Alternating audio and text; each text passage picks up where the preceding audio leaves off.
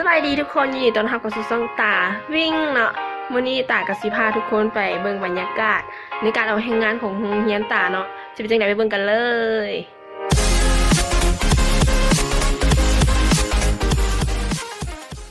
ย่างเอาพอกันปะรอถ่ายตอนนึงแล้วยังคงจำเพิ่มตีมก่อนเนาะถ้าจังไดก็ได้บ่ให้เห็นจิ๋วอยู่หน้า นี่เป็นบ้าว่ะ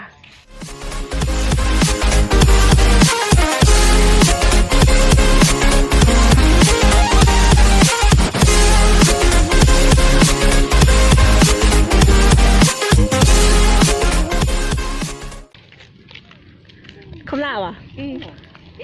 ตัวไปเฮ็ดอยู่ใส่ไปเฮ็ดอยู่ใส่ของตัวนะเอาให้งานนะอยู่ใส่ฮะเห็ดรวมกันก่อน เฮ็ดรวมเดี๋ยวเฮ็ดบ่แม่นเฮ็ดสามแยกพุ่นติบ่ฮะทำแยกได้หมดเฮ็ดเลยหลายโอ้บ่ได้ม่วงมาเจริญข่าวแล้วมึงวันนี้มันเป็นยังลูกเดียวยัง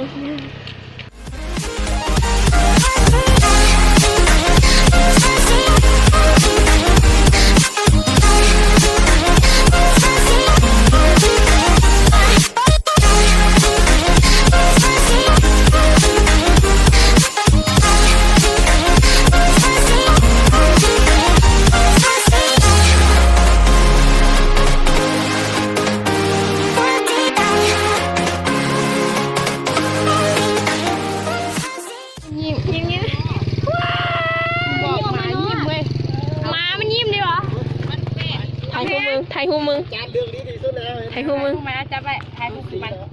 ไทยหูแครกหมาน้อยยิ้มเนี่ยมึงถ่ายหมาเดินจะถ่ายเดินมึงยิ้มไหมยิ้มไหมอาจารย์จันทร์ใช่ก่อน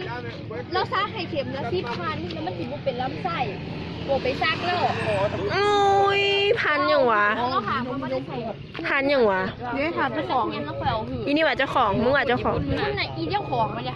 บนหาเลี้ยงมาเอามันตากแดดมันร้อนเนาะ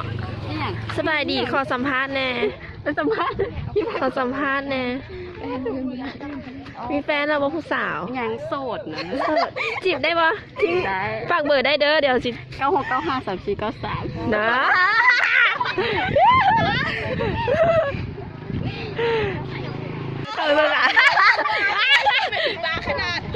แจกสบู่อย่างก่อนแจกสบู่เด็กก้อนหนึ่งเอาความมันรวยเขาไปเห็นอย่างก่อนอันเก็บพี่เนี่ยอ้อมนี่มืออื่นถ้าเจ้าฟ้อนเนี่ยต่อบุ้งหูเลี้ยงเลยแข่งฟ้อนเนี่ยต้องอื่นเลยอื่นจะบอกเอามาเดี๋ยววันที่สี่มืออื่นตั้งโมงตื้อ1 โมง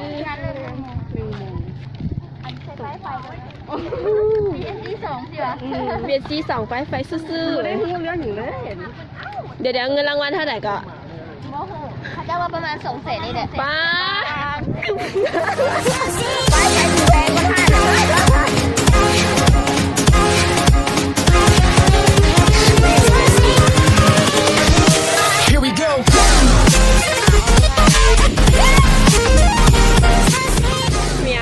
สมุดอันนี้เลยมึงแต่งหน้ามากงานฝ่ามือเลยนะงานฝ่าจะได้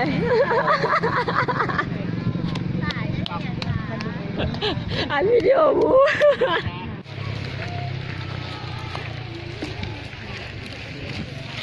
พอบรรยากาศของการขโมยถุงผิดอย่างที่ดีเสือกูอัดวิดีโอไว้มึงว่าอย่างมากูเบิร์ดจะเอาใส่ใจปุ้ยยิ้มนะยิ้มนะลูกจะแพงออกเด้อหมูออกแล้วเดี๋ยวข้างหน้าคือพวกนี้แล้วแต่กูอัดวิดีโอได้เก็บเดี๋ยวถือให้ตามึงมาวันแมนวิดีโอไว้ต่อ ตัดออกดูระวังเดี๋ยวกูเห็นนะ มึงว่าเห็นหรอกเพราะกูสิเพิ่มเสียง มีการลักเล็กขโมยน้อยขึ้น นั่นคือการลักหมวงมวง นี่ไปเก็บขี้หยาหัน ไม่ไม่เมื่อโทษนี่กี่ลุงมึงเนี่ยนะ ขี้หยา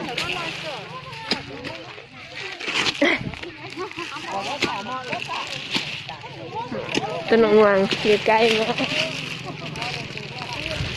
ยัง เกิดการ อันนี้ขี้เหนียวบ่มึง จา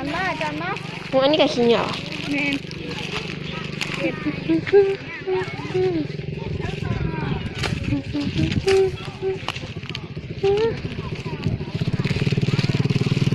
ไปต่อ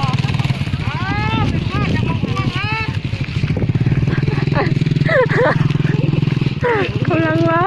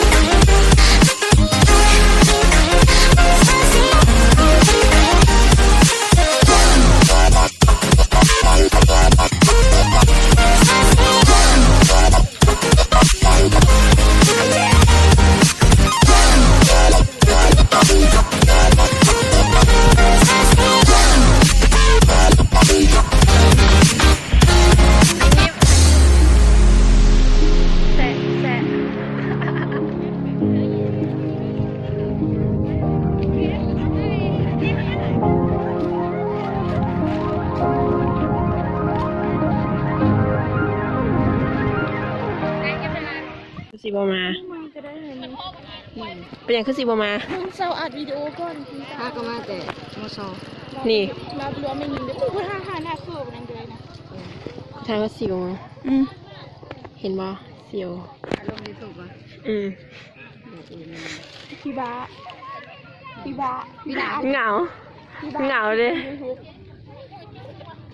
อีนี่คืออัดเป็นหลักฐานมึงว่ามึงคือรักถุงยางกูอัดไว้แล้ว เอารักยูใส่หมูให้คนอื่นถือไปแล้ว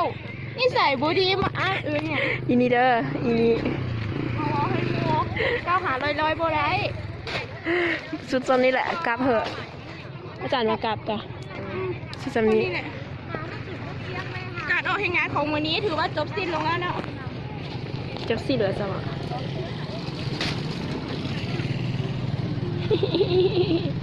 อาจารย์มาไปก่อน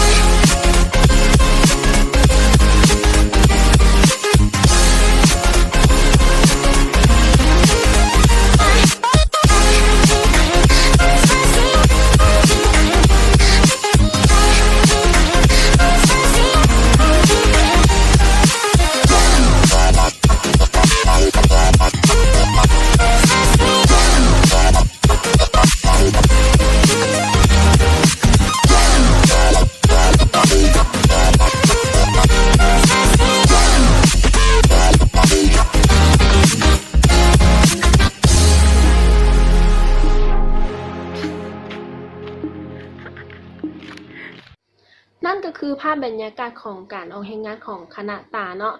เป็นจังไดทุกคนรู้สึก แต่อย่าลืมไปกดติดตามกดไลค์กดแชร์ให้หน่อยเด้อถ้าผู้ใดอยากให้ตาเฮ็ดคลิปแบบใดก็สามารถมาคอมเมนต์ได้เด้อวันนี้ก็จบคลิปแล้วบ๊ายบายใส่เด้อที่เบิ่งจบ